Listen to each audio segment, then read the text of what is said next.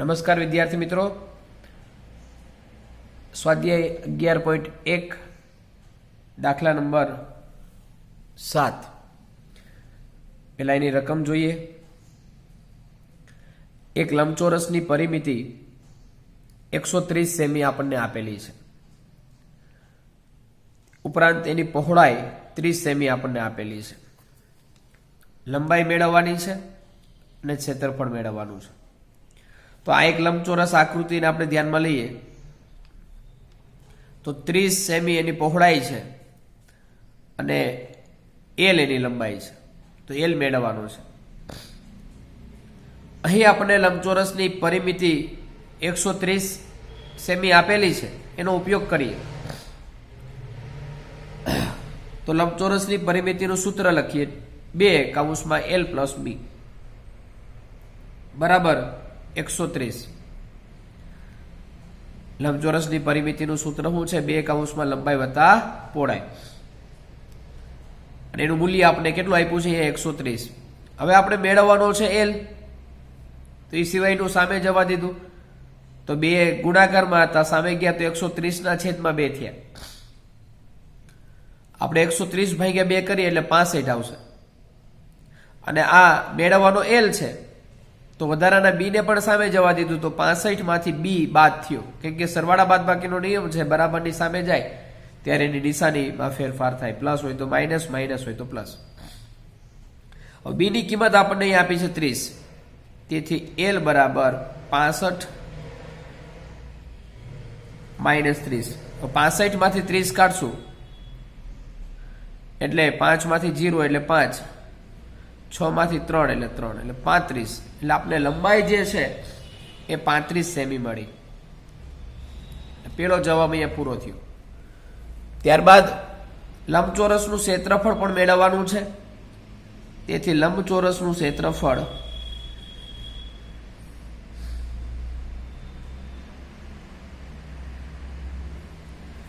બરાબર લંબાઈ ગુણ્યા પહોળાઈ। તો આપણે લંબાઈ છે અહીંયા 35 સેમી, પહોળાઈ છે 30 સેમી, એટલે 35 ગુણ્યા 30। સરળતા માટે 0 સાથેનો ગુણાકાર છે એટલે 0 મૂકી દઈએ પહેલા। 30 એકમ 0 હોય તો 0 પહેલા મૂકી દેવાનો હોય। દશક સાથેની ગણતરી લઈ લઈએ, 3 5 15 વધી 1, 3 3 9 ને 1 10, એટલે 1050 સેમી સ્ક્વેર આપણને અહીંયા એનું ક્ષેત્રફળ મળે છે। તો એક લંબચોરસની પરિમિતિ આપણને આપેલી હતી, એ પરિમિતિનો ઉપયોગ કરી અને આપણે પહોળાઈ પણ આપેલી હતી, તો લંબાઈ મેળવી શકીએ।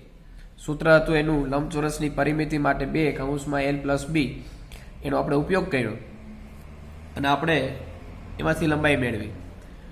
લંબાઈ અને પહોળાઈ બે આપણને મળેલી હોય તો એનો ઉપયોગ કરીને આપણે ક્ષેત્રફળ મળી શકે। તો લંબચોરસનું ક્ષેત્રફળ મૂક્યું L × B, એટલે કે લંબાઈ ગુણ્યા પહોળાઈ, બેની કિંમતો મૂકી અને ગણતરી કરી તો આપણે એનો જવાબ મળે છે। દાખલા નંબર 8, એક દિવાલ ની અંદર 2 મીટર લંબાઈ અને 1 મીટર પહોળાઈનું એક બારણું છે। જો આપણે આવી રીતે એક આકૃતિ પેલા એની જોઈએ, ધારો કે આ એક દિવાલ છે, ચાલો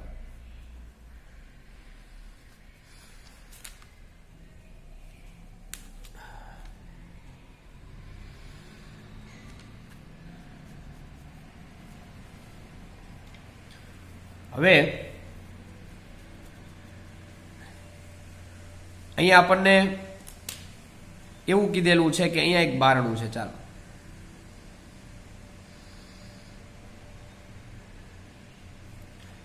હવે જે બારણું છે એની લંબાઈ ધારો કે 2 મીટર છે અને પહોળાઈ ધારો કે 1 મીટર છે, એટલે આપણે પેલી શરત આપેલી છે કે એક દિવાલમાં 2 મીટર લંબાઈ અને 1 મીટર પહોળાઈનું બારણું બેસાડેલું છે। હવે આપણે દિવાલની લંબાઈ પણ આપી છે, દિવાલની લંબાઈ છે 4.5 મીટર, એટલે અહીંયાથી અહીંયા સુધીનું માપ છે 4.5 મીટર, અને પહોળાઈ પણ આપેલી છે 3.6 મીટર, 3.6 મીટર। દિવાલની લંબાઈ અને પહોળાઈ આપણને આપેલી છે. હવે આપણે એવું દર્શાવ્યું કે દિવાલમાં આપણે રંગ કરવાનો છે, દિવાલને ધોળવાની છે. તો ખાસ તો એ દિવાલને ધોળવા માટે પહેલા તો કેટલા ક્ષેત્રફળમાં ધોળવી, કેટલા ક્ષેત્રફળમાં રંગ પૂરવો. તો બારણા સિવાયના ભાગમાં આપણે રંગ પૂરવાનો હોય એટલે બારણું આપણે બાદ કરી દઈએ. ધારો કે આખો ભાગ છે, આખો ભાગમાંથી બારણું બાદ કરી દો તો હવે જે ભાગ વધે એટલા ભાગમાં આપણે રંગ પૂરવાનો થાય. તો એની માટે એનું ક્ષેત્રફળ મેળવવાનું થાય. એનું ક્ષેત્રફળ એટલે કે આપણે આખા ચોરસ દિવાલનું ક્ષેત્રફળ મેળવી અને આ બારણાનું ક્ષેત્રફળ એમાંથી બાદ કરીએ તો રંગ પૂરવાનો જે દિવાલ ધોળવા માટેનું વિસ્તાર છે એ આપણે મળી જશે. તો આપણે પહેલા દર્શાવીએ કે બારણા માટે લંબાઈ કેટલી આપેલી છે? 2 મીટર અને પહોળાઈ કેટલી આપેલી છે? 1 મીટર. તો પેલા બારણાનું ક્ષેત્રફળ મેળવીએ. બારણાનું ક્ષેત્રફળ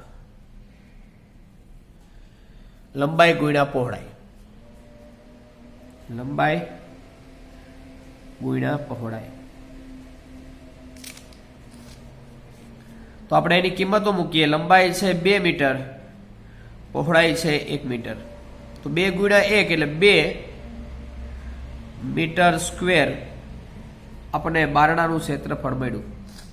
2 મીટર સ્ક્વેર બારણાનું ક્ષેત્રફળ મળે છે. હવે આપણે દિવાલનું ક્ષેત્રફળ મેળવીએ. તો દિવાલ માટે દિવાલની લંબાઈ કેટલી છે? 4.5 મીટર અને દિવાલની પહોળાઈ કેટલી છે? 3.6 મીટર. તો દિવાલનું ક્ષેત્રફળ લંબાઈ ગુણ્યા પહોળાઈ, કેમ કે દિવાલ અહીંયા લંબચોરસ છે. દિવાલની ક્ષેત્રફળ લંબાઈ ગુણ્યા પહોળાઈ, મુખ્ય કિંમતો 4.5 ગુણ્યા 3.6 મીટરમાં છે. 4.5 અને 3.6. હવે આપણે સૌપ્રથમ તો ગુણાકાર 45 અને 36 નો કરવો પડે અને એને સહેલું બનાવવા માટે આપણે બીજું એ પણ કરીએ, દશાંશ પદ્ધતિનો ઉપયોગ કરીએ કે 1 પોઈન્ટ ખસેડીએ એટલે 45 થાય. તો છેદમાં આપણે 1 પોઈન્ટ ખસેડો એટલે 10 મૂકવા પડે. જો 2 પોઈન્ટ ખસેડો તો 100 મૂકવા પડે. પોઈન્ટને 3 વખત આગળ લઈ જાઓ તો 1000 મૂકવા પડે. જેટલા સ્ટેપ તમે ખસેડો એટલા તમારે શૂન્ય લગાડવા પડે. 36માં પણ એ રીતે છેદમાં 10. હવે આપણે 45 ગુણ્યા 36 ભાગ્યા 100, 10 100 થઈ ગયા. ચાલો, તો 45 અને 36 નો ગુણાકાર કરીએ અને એને ભાગ્યા 100 કરીએ એટલે આપણને દિવાલનું ક્ષેત્રફળ મળશે. તો એ લખીએ 45 ગુણ્યા 36. અહીંયા 2 અંક છે એટલે 1 શૂન્ય મૂકશું. હવે 3 સાથે એના ગણતરી કરીએ. 3 5 15 વધી 1, 3 4 12 ને 1 13, 6 5 30 ની શૂન્ય વધી 3, 6 4 24, 24માં આપણે 3 એડ કરીએ એટલે 27, 0 0 0, 7 5 12 નો બગડો વધી 1, 3 ને 1 4 ને 5 ને 6 ને 1 એટલે 16 20. એનો ગુણાકાર આવ્યો ભાગ્યા 100. હવે છેદના 2 પોઈન્ટ ખસેડીએ તો 2 સ્ટેપ આગળ લઈ લઈએ પોઈન્ટને. અહીંયા અત્યારે પોઈન્ટ અહીંયા છે તો 100 કાઢવા માટે 2 પોઈન્ટ આગળ લઈએ એટલે એ પોઈન્ટ અહીંયા આવશે એટલે 16.20 મીટર સ્ક્વેર દિવાલનું માપ થયું, દિવાલનું ક્ષેત્રફળ થયું. હવે આપણે ગણતરીની અંદર એ દર્શાવવાનું થાય છે કે જે રંગ કરવાનો છે એ વિસ્તાર પેલા મેળવવો પડશે, પછી એમાં મજૂરી જોઈએ. તો એની માટે પહેલા તો ખાસ કેટલા વિસ્તારમાં રંગ કરવાનો છે એને હાઇલાઇટ કરીએ. તો દિવાલ પર દિવાલ દોડવા માટેનું ક્ષેત્ર વિસ્તાર માટેનું ક્ષેત્રફળ કેટલું મળશે આપણને? પેલા દિવાલનું ક્ષેત્રફળ છે જે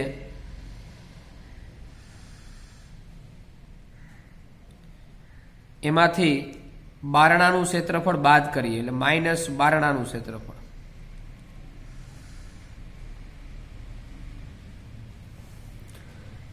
બારણાનું ક્ષેત્રફળ બાદ કરીએ તો આપણે અહીંયા હમણાં દિવાલનું ક્ષેત્રફળ આપણે મેળવ્યું છે 1620 એટલે કે 16.20 આપણે મળ્યું, માઇનસ બારણાનું ક્ષેત્રફળ પણ આપણે મેળવેલું છે 2 મીટર છે એટલે -2.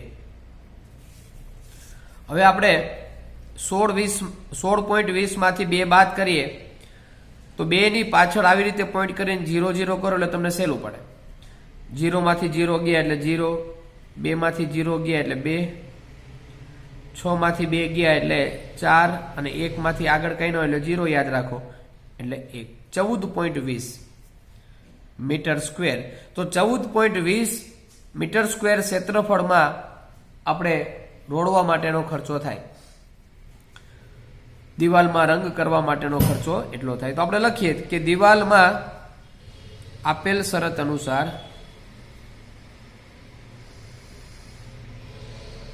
શરત શું હતી કે 1 મીટર સ્ક્વેર દિવાલ દોડવાનો ખર્ચ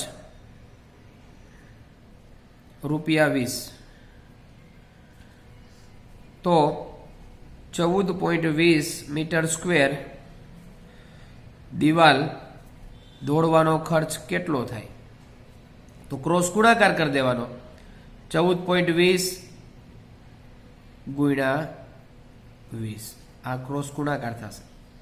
તો 14.20 ગુણ્યા 20 કરીએ એટલે આપણને જે કિંમત આવશે એને ભાગ્યા આપણે 1 દર્શાવવાનો હોય, કેમ કે 1 મીટર સ્ક્વેર આ રીતે ટૂંકમાં તમને ત્રિરાશિ મળે. 1 મીટર સ્ક્વેરે 20 રૂપિયા તો 14.20 કેટલા?